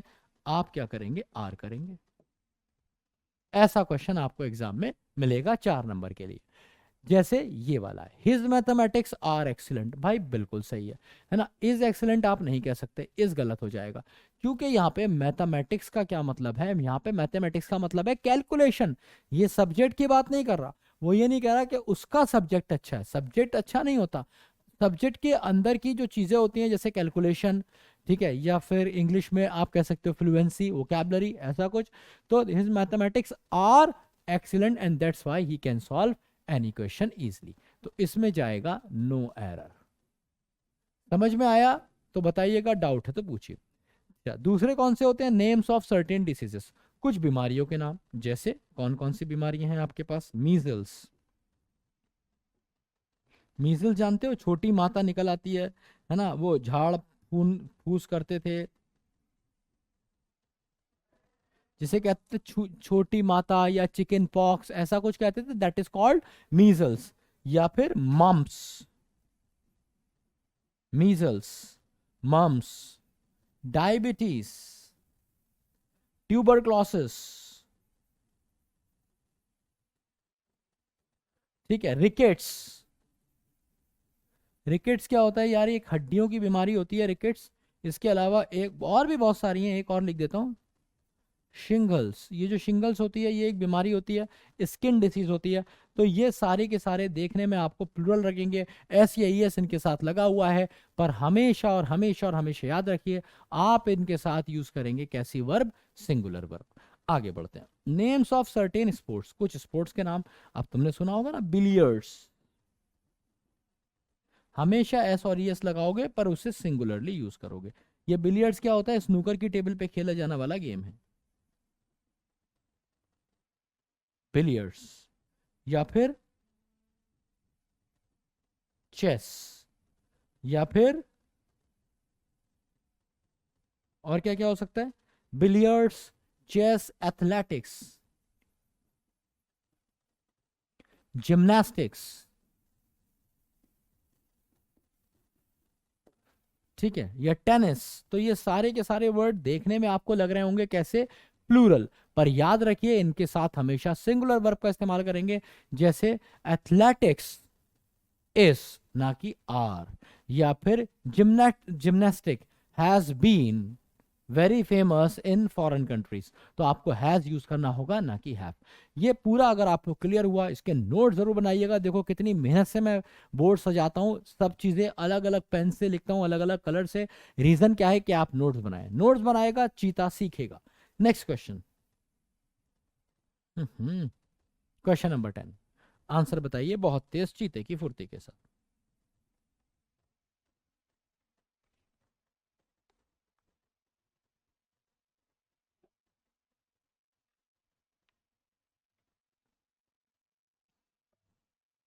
Politics in the name of religion is not appreciated, क्या मतलब हुआ, वो राजनीति जो धर्म के आधार पे की जाती है उससे कोई फायदा नहीं है, उसको कोई अप्रिशिएट नहीं करता। तो यहाँ पे पॉलिटिक्स का मतलब सब्जेक्ट है क्या, और भाई मेरे पॉलिटिक्स का मतलब अगर सब्जेक्ट नहीं है तो यहाँ पे इस क्यों लगा रहे हो, it should be are.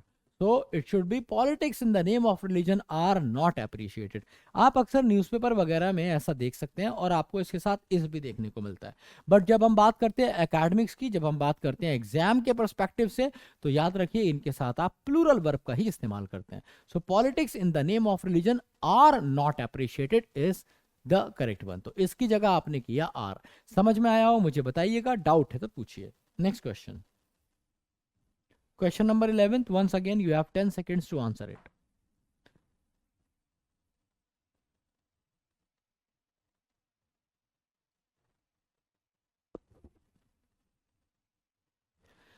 Pages after pages were read on the advice of counselor.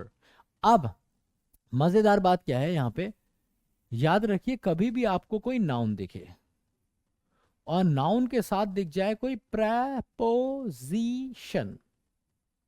और उसके बाद फिर वही नाउन दिखे, ठीक है, तो ये दोनों नाउन जो होते हैं ना, ये दोनों नाउन, ये वाले दोनों नाउन, ये वाले दोनों नाउन, अगर ये वाले दोनों नाउन हैं सेम,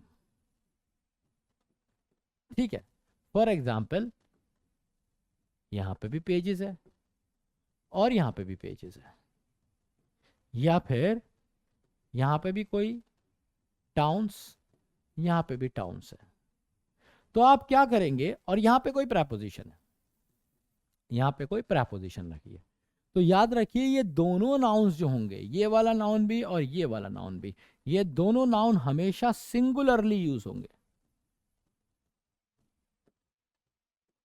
ये दोनों नाउन आपको हमेशा और हमेशा सिंगुलर मिलेंगे। तो आप यहां पे पेजेस नहीं लिखेंगे, आप यहां पे क्या लिखेंगे, आप लिखेंगे पेज। आप यहां पे टाउन्स नहीं लिखेंगे, क्या लिखेंगे, टाउन। एग्जैक्टली ऐसा ही आप यहां पे करेंगे, आप लिखेंगे पेज, आप लिखेंगे टाउन। जैसे मैं कहूं बॉय आफ्टर बॉय, ठीक है, तो boy after boy was rejected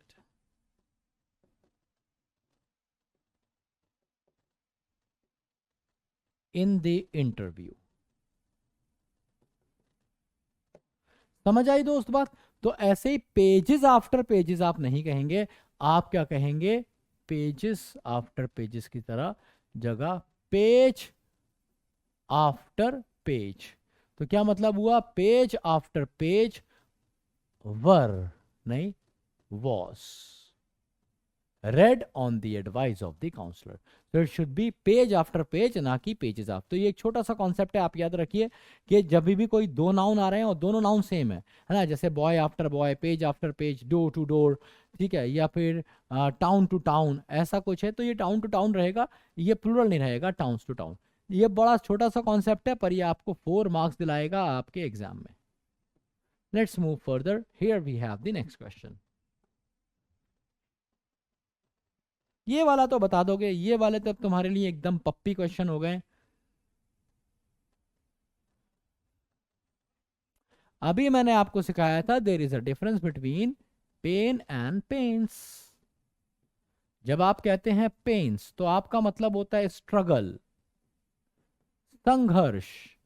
जब आप यूज करते हैं पेन, तो पेन का मतलब क्या होता है, एग्नी, दर्द, पीड़ा, उत्पीड़न, सफरिंग, ठीक है। तो यहां पे शीटू का लॉट ऑफ पेन, उसको बड़ा दर्द हुआ अपना बच्चा बड़ा करने में उसके फादर के बिना, ठीक है। तो यहां पे एक दिक्कत हो गई, आपको यूज करना पड़ेगा पेन की जगह पेन्स, क्योंकि उसे स्ट्रगल करना पड़ा होगा, दर्द थोड़ी हो रहा होगा, है ना, उसे स्ट्रगल करना पड़ा होगा। तो आंसर क्या हो जाएगा, पेन्स। इस तरह के क्वेश्चन फिर से 4 नंबर दिलाएंगे। अगला क्वेश्चन ये रहा, थोड़ा सा तेज चल रहा हूं क्योंकि कॉन्सेप्ट बहुत ज्यादा है। नाउन्स में भी, नाउन्स की ये पहली क्लास है, नाउन्स की दूसरी क्लास भी है जिसमें हम कुछ और कवर करेंगे, जैसे नाउन्स, जेंडर और भी बहुत सारी चीजें। चलो जल्दी से बताइए, nature treats us as its children.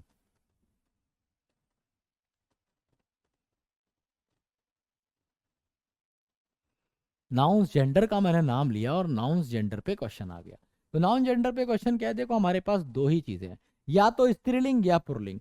For example मैंने ये बॉटल उठाई, ठीक है, हमने हिंदी में हर चीज में लड़की लड़का कर रखा है। अब ये लड़की है या लड़का?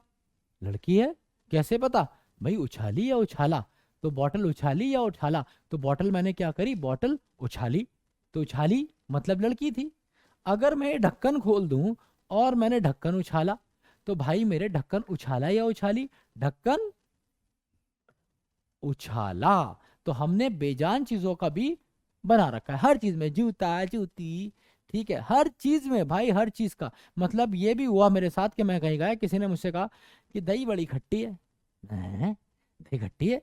दही लड़की होती है? मैं तो आज तक सोच रहा दही बड़ा अच्छा होता है, दही लड़का होता है, ये तो धोखा हो गया मेरे साथ। ठीक है, खैर नो इश्यूज। तो अलग अलग जगह पे इंडिया में ऐसा मिलेगा आपको, बट अंग्रेज इस मामले में थोड़ा तेज रहा। अंग्रेज ने कहा भाई दही ना खट्टी होती ना खट्टा होता, ठीक है, इसका कोई जेंडर नहीं होता। तो अंग्रेज ने 4 जेंडर बनाए। एक तो बनाया मैस्कुलिन जेंडर, मर्दों वाला। एक बनाया फेमिनिन जेंडर।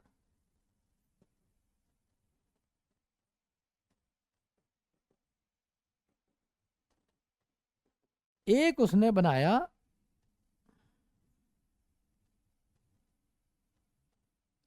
Common gender. और भाई एक उसने बनाया न्यूटर जेंडर। न्यूटर है, ये न्यूट्रल नहीं है, ये बात याद रखिएगा। तो अंग्रेज ने क्या कहा मेरे दोस्त?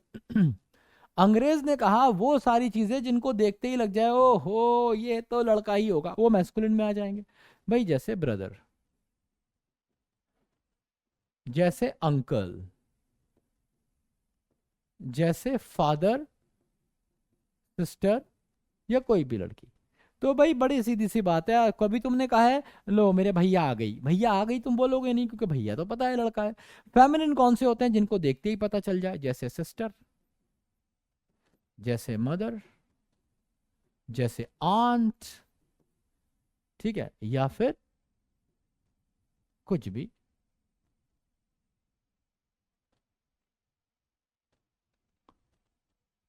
ये मैंने सिस्टर मैस्कुलिन में क्यों लिख दिया? ब्रदर, अंकल, फादर, कुछ और लिख देता हूं,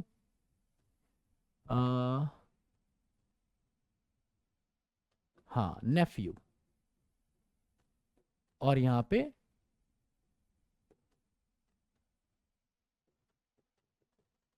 नीस। तो नेफ्यू कौन हो गया? भतीजा। नीस कौन हो गई? भतीजी।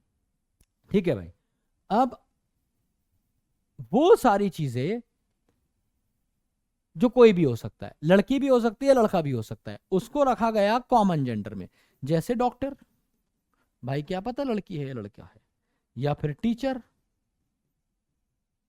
स्टूडेंट, ऑफिसर, ये कोई भी हो सकता है भाई, लड़की भी हो सकती है और लड़का भी हो सकता है, इसलिए अंग्रेज ने कहा इनका है कॉमन जेंडर। इसके बाद हमारे पास है न्यूटर जेंडर। न्यूटर क्या है? न्यूटर बनाया गया नॉन लिविंग के लिए या फिर एनिमल्स के लिए, इनको हमने न्यूटर जेंडर में रखा। फिर कहते हैं जहां ना पहुंचे रवि वहां पहुंचे कवि। फिर आए शायर, और शायर ने कहा चांद सी महबूबा हो मेरी। चांद घबरा गया, चांद कह रहा आज तक मैं चंदा मामा था, ये तेरे इरादे कैसे बन गए? ठीक है, तो क्या हो गया, हाँ मतलब कहानी बदल गई। अब चांद भी कंफ्यूज है, यार तू लड़का मान ले लड़की मान ले, एक चीज मान ले। ऐसी हमारे यहाँ तुमने देखो गाना आया, फूलों, ये सारे कवियों की देन है, फूलों सा चेहरा तेरा। फूल तो आज तक लड़का था, हम कहते ना रे गुलाब सूख गया, है ना, फूल मुरझा गया, फूल सुंदर है, फूल आज तक लड़का था, तुमने कह दिया लड़कों सा चेहरा तेरा, मर्दों सा चेहरा तेरा, फूलों सा चेहरा तेरा। तो यहाँ पे कंफ्यूजन हो गया। हिंदी में तो हो गया, पर अंग्रेज समझदार रहा। अंग्रेज ने कहा भाई देखो बड़ी सीधी सी बात है, हम ये कंफ्यूजन मिटा देंगे। जब भी तुम किसी चीज को पर्सोनिफाई करोगे, पर्सोनिफाई का मतलब है पर्सन बना के यूज करोगे, जैसे फूलों सा चेहरा तेरा, फूल सा चेहरा होता है किसी का यूं ही खिला हुआ, ऐसा हो सकता है कि किसी का चेहरा, और होगा तो तुम्हें पसंद आएगा? सोचो किसी के मुंह में, किसी का मुंह तुम लोटस की तरह इमेजिन करके देखो, तुम उसके करीब भी जाओगे? हो ही नहीं सकता। फिर पता नहीं यार लोगों को ये सब क्यों पसंद आया। खैर लेट्स कम बैक। तो मेरे कहने का मतलब था कि अंग्रेज ने कहा वो सारी चीजें जो बताती हैं पावर या फिर स्ट्रेंथ, ये सारी की सारी हो जाती हैं भाई कौन? मैस्कुलिन। जैसे जैसे जैसे जैसे जैसे माउंटेन, सन, डेथ। देख रहे हो, हमारी यहाँ कहते हैं मौत आ गई से मौत आ गई, हमारी यहाँ खतरनाक चीजों को ना लड़की मान लिया है ना, मौत, फायर, ये हमारी यहाँ लड़कियां, आग लग गई, आग लग गई। हम लेकिन अंग्रेज समझदार है, अंग्रेज ने कहा नहीं भाई, डेथ लड़का है ना, फायर लड़की है। ये सारी चीजें जो पावर दिखाती हैं, स्ट्रेंथ दिखाती हैं, इन सब को रखा गया मैस्कुलिन में। और वो सारी चीजें देख रहे हो, देख रहे हो अंग्रेजी का ठरकीपन, है ना, ब्यूटी या पीस, कोई भी ऐसी चीज जो दिखाती है ब्यूटी या दिखाती है पीस, उसको हमने रखा किसमें, कौन से जेंडर में, फेमिनिन जेंडर में। जैसे ये कौन कौन से हो गए, सुंदर सुंदर चीजों के नाम सोच लो, जैसे फ्लावर, जैसे रिवर, जैसे मून। जी हाँ भाई, हमारे यहाँ चंदा मामा होते हैं, इनके चंदा मामी होती है। ठीक है, तो फ्लावर, रिवर, मून, या फिर और भी कुछ आप, अर्थ, धरती हमारी भी माँ होती है, इनकी भी माँ होती है, धरती माता, इनकी यहाँ भी माता, नो पापा। ठीक है, तो फ्लावर, रिवर, मून, अर्थ। एक चीज और लिखना है, मेरा मन है, फ्लावर हो गया, रिवर हो गया, मून, नेचर, प्रकृति। तो इसको भी हम क्या मानते हैं, फेमिनाइन मानते हैं। ठीक है, अब जब आप पर्सन की तरह यूज करते हैं ना, पर्सन की तरह, तो इन सब के साथ आप हिज का इस्तेमाल करेंगे। ठीक है, और पर्सन की तरह इन सब को यूज करेंगे तो हर का इस्तेमाल करेंगे। ठीक है, इस बात को बताने के लिए मुझे पूरी कहानी बताना पड़ी, क्वेश्चन इसी से आएगा। ये नाउन जेंडर थे, अगर आपको समझ में आए हो तो जरूर बताइएगा, डाउट है तो पूछिएगा। आगे बढ़ते हैं हम, और ये आया क्वेश्चन नंबर 14। अब तुम भटैक से आंसर बता दोगे इसका, इससे पहले शायद दिक्कत होती, अब आंसर आएगा भटैक से। देखो भाई, the moon looks beautiful when it shimmers in a lake. The moon looks beautiful is absolutely correct. When it नहीं होगा, when she shimmers in a lake. जब शिमर का मतलब होता है उसका अक्स दिखना, किसमें, लेक में। कहते हैं ना, जब चांद या चांदनी दिखाई देती है किसके अंदर, रिवर के अंदर, तो बड़ा मोहित हो जाता है मन, बड़ा अच्छा लगता है। तो यही सेंटेंस है यहाँ पे। मैंने अभी बताया मून कौन है, मैस्कुलिन नहीं है, फेमिनिन है। फेमिनिन जेंडर है तो आप क्या यूज करेंगे, शी का इस्तेमाल करेंगे। बस 4 नंबर मिल गए। Last question of the day, इसके बाद सेशन को वाइंड अप करेंगे। नाउन सभी खत्म नहीं हुआ है, कंटिन्यू करेंगे नेक्स्ट क्लास में। जल्दी से आंसर बताइए इस वाले क्वेश्चन का। Have you read about Akbar and Babar's victories? Oh my goodness. ठीक है, इसका मैं सिर्फ आपको आंसर बताऊंगा, और ये क्वेश्चन है एपोस्ट्रॉफी से। एपोस्ट्रॉफी को हम एक्सक्लूसिवली कवर करेंगे अगली क्लास में, क्योंकि इसके कॉन्सेप्ट बहुत ज्यादा हैं, और अगली क्लास में हम प्रोनाउंस भी स्टार्ट कर देंगे। ठीक है, तो हर क्लास में मैं कोशिश कर रहा हूं कि सारे कॉन्सेप्ट कवर कर दूं एक ही क्लास में। नाउन कुछ ज्यादा बड़ा चैप्टर है, लेक्चर कुछ ज्यादा बड़ा हो जाता है। एपोस्ट्रॉफी के लिए मुझे अलग से 15-20 मिनट्स चाहिए। तो अभी हम क्या करेंगे, नेक्स्ट क्लास में एपोस्ट्रॉफी देखेंगे। So have you read Akbar and Babar's victories? तो याद रखिए, इसमें आप इसे ऐसे रखेंगे, Akbar's and Babar's victories. Apostrophe दोनों के साथ लगेगा, क्योंकि दोनों की अलग अलग विक्ट्रीज है। अकबर एक अलग टाइम का राजा है, बाबर एक अलग टाइम का राजा है। ठीक है, इसने कहीं और विजय हासिल करी है, इसने कहीं और विजय हासिल करी है, दोनों ने अलग अलग जगह विजय हासिल करी है। तो विक्ट्रीज इन दोनों की अलग अलग हैं, तो आप क्या करेंगे, दोनों के साथ लगाएंगे। ये रीजन था दोनों के साथ लगाने का। जब दोनों का एक होगा तो क्या करेंगे, कैसे कैसे एपोस्ट्रॉफी लगेगा, क्या मतलब होता है एपोस्ट्रॉफी का, ये सारे बातें हम करेंगे अगली अगली क्लास में। ठीक है भाई, तो उम्मीद है क्लास में मजा आया होगा। देखो, तुम्हारा फीडबैक मुझे बहुत अच्छा लगता है, तुम्हारे कमेंट्स मुझे बहुत अच्छे लगते हैं, तो कमेंट्स करते रहिए और मुझे जबरदस्त फीडबैक देते रहिए। अभी के लिए इतना ही काफी है, मैं आपसे लेता हूं विदा, मिलूंगा आपसे अगली क्लास में। क्वेश्चंस करते रहिए, आपको बहुत सारे क्वेश्चंस भी मैंने प्रोवाइड करा दिए हैं। मिलता हूं आपसे अगली क्लास में। Love you all, take care, जय हिंद, जय भारत, बाय बाय।